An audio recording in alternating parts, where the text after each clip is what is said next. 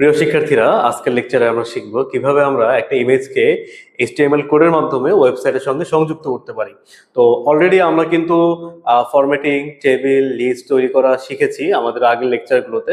তো আজকে যেহেতু আমরা ইমেজ যুক্ত করব, তো শুরুতেই হচ্ছে আমাকে ইমেজের সম্বলিত যে ট্যাগটা আছে সেটাকে জানতে হবে। এটা হচ্ছে ইমেজ বা আইএমজি ট্যাগ।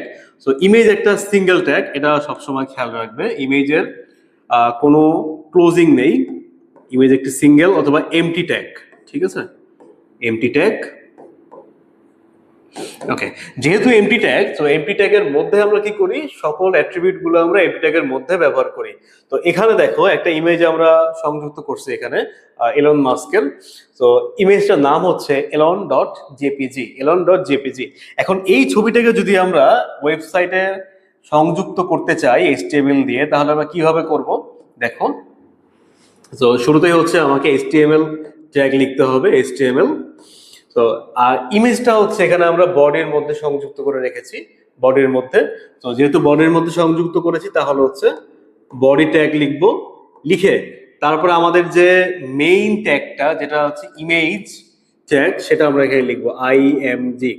ঠিক আছে, ইমেজ ট্যাগ লিখবো। লিখে এখন খেয়াল করো, এই যে ছবির নামটা আছে, ছবির নামটা মেইনলি হচ্ছে ছবির উৎস।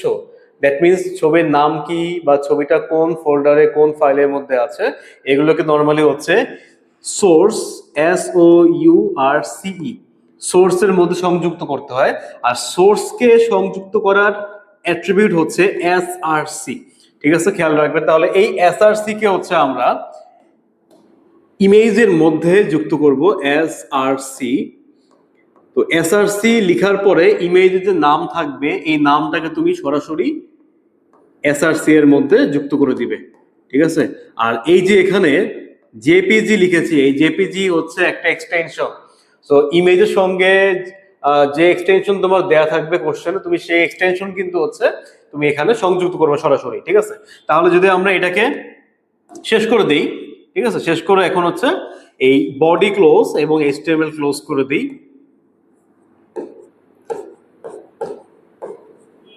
তাহলে কিন্তু আমাদের এই ছবিটা সরাসরি আমাদের ওয়েব পেজের মধ্যে শো করবে। ঠিক আছে, এখন শুধুমাত্র আমরা এখানে সোর্স যুক্ত করেছি। যেহেতু আমরা এখানে শুধু সোর্স যুক্ত করেছি, তাহলে দেখো এটার আউটপুট কি রকম হতে পারে। এই দেখো, এইটা হচ্ছে আমাদের ওই কোডটার হচ্ছে বেসিসে আউটপুট। এখন এই ছবিটা কিন্তু অনেক বড় হয়ে গেছে, তাই না? আমরা চাচ্ছি যে এটা ছোট হবে অথবা আমাদের দৃষ্টিসীমার মধ্যে পেজের মধ্যে থাকবে।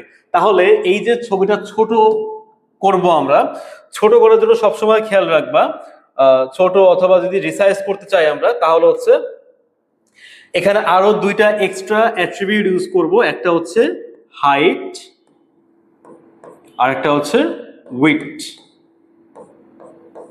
দ্যাট মিনস দৈর্ঘ্য এবং প্রস্থ। দৈর্ঘ্য এবং প্রস্থ যুক্ত করলে কিন্তু ছবিটা আগের শেপ থেকে আরো ছোট অথবা বড় করা যাবে। এখন ধরো আমরা এখানে যুক্ত করে দিলাম 200 ইন্টু 150। সবসময় খেয়াল রাখবে, রেজুলেশনের ক্ষেত্রে প্রথমটা হয় হচ্ছে ওয়েট, পরেরটা হয় হচ্ছে হাইট। ঠিক আছে, পরেরটা হয় হচ্ছে হাইট। তাহলে আমাদের এখানে প্রস্থ হচ্ছে 200 এবং দৈর্ঘ্য হচ্ছে 150 পিক্সেল। ঠিক আছে, পিক্সেল আছে। তাহলে এই জিনিসটাকে আমরা কি করব, এখানে দেখো এই যে ফার্স্টে উইডথ আছে, এই উইডথটাকে আমরা এই ইমেজ ট্যাগের মধ্যেই যুক্ত করব, উইডথ 200 এবং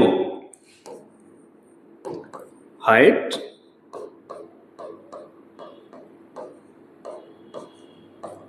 150। ঠিক আছে, তাহলে এখন কিন্তু ছবিটা রিসাইজ হয়ে কিন্তু আরো ছোট হয়ে যাবে।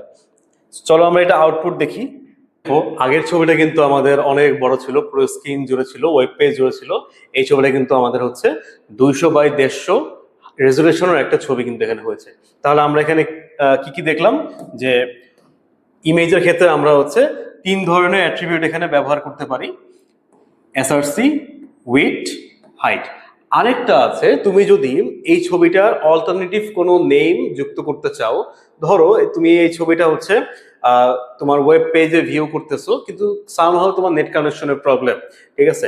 তো কি হবে, ছবিটা ভিউ হবে না বা ছবিটা শো করবে না, কিন্তু ছবিটা একটা রিলেটেড একটা নাম শো করবে, যা দিয়ে বুঝতে পারা যাবে যে আসলে ছবিটা হচ্ছে কি ধরনের বা কার ছবি, ঠিক আছে? তো সেটার জন্য এখানে আমরা কি করব,